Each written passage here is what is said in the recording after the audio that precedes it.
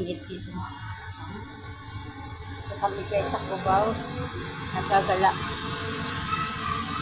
Punta kami dun sa, galing kami dun sa Eagle Star.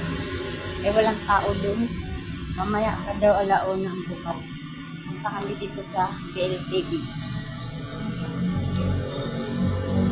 Tingnan namin ko kung may mga biyahe ba doon. Guys, mas baba tayo guys. Diba? Ganda na. Mainit-init na dito guys. Kasi nandito doon sa highway. Mainit na. Yun guys, dito kami sa Cubao. Yun lang guys, thank you for watching. Please like and share.